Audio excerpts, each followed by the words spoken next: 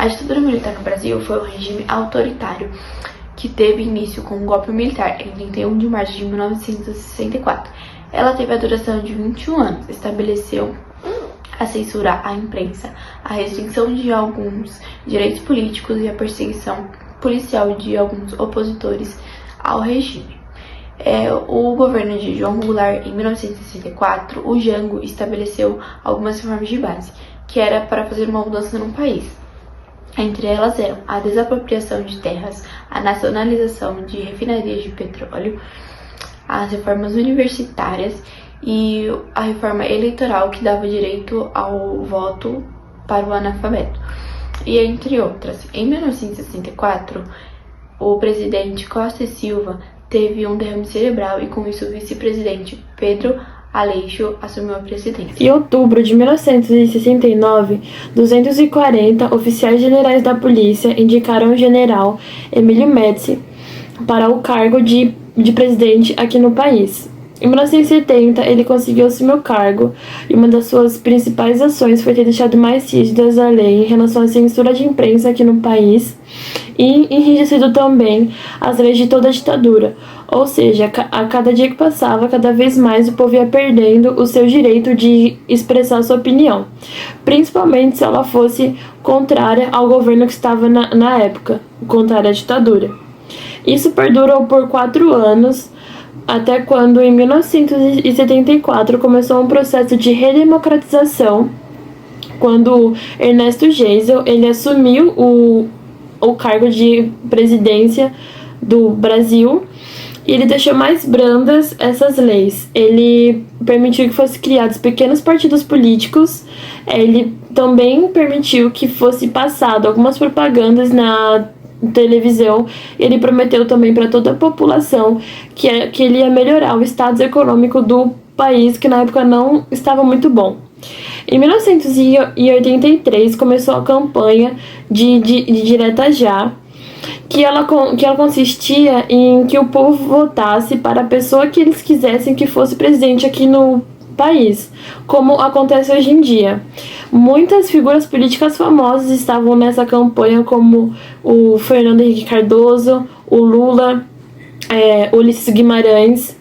E essa campanha ela assumiu seu auge em 1984. Enquanto a ditadura acontecia, o Caetano Veloso gravou a música Alegria, Alegria. Em algumas partes ele deixou frases implícitas, porque alguns temas e assuntos não podiam ser discutidos neste período. Eu irei citar alguns exemplos, como no trecho Sem Lenço. Significava que ele não podia se despedir de familiares, conhecidos e pessoas do seu convívio. No trecho Sem Documento, ele quis dizer que não podia usar sua identificação, já que estava sendo ameaçado e perseguido. No trecho Até Pensei em Cantar na Televisão, ele se refere que não podia ir aos programas e entrevistas, pois estava sendo ameaçado e perseguido. De alegria e preguiça. O índice Gini mostra o tamanho da desigualdade deste período, como em 1960 estava 0,54%.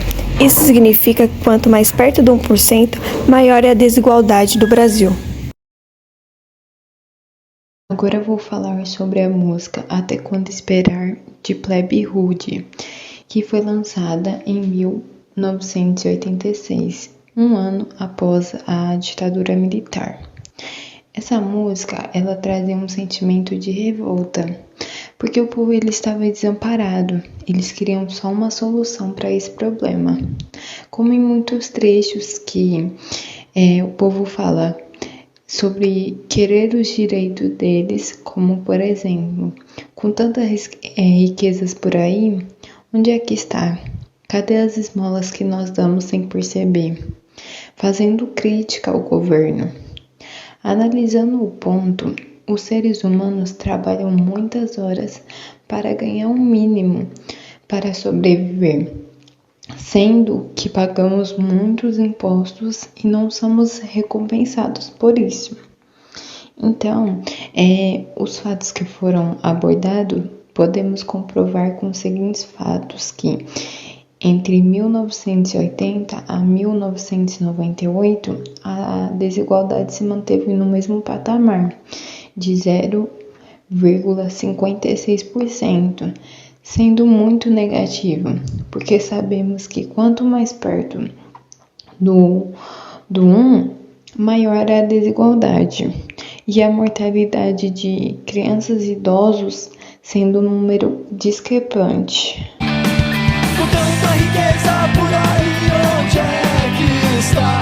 Cadê sua fração? Bom, agora eu vou falar um pouco sobre o fim da ditadura.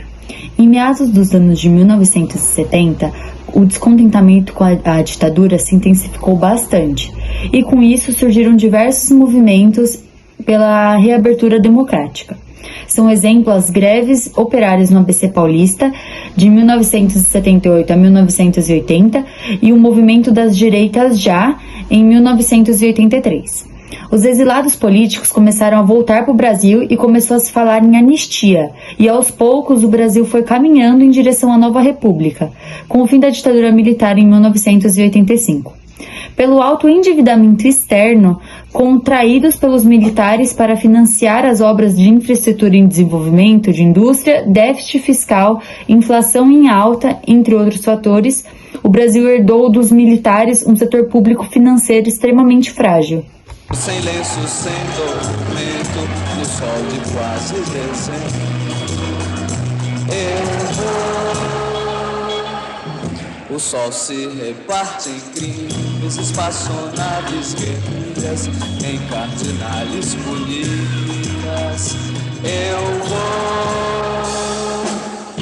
em caras de presidentes, em grandes beijos de amor, em dentes, pernas, bandeiras, bomba e Brigitte Bardot.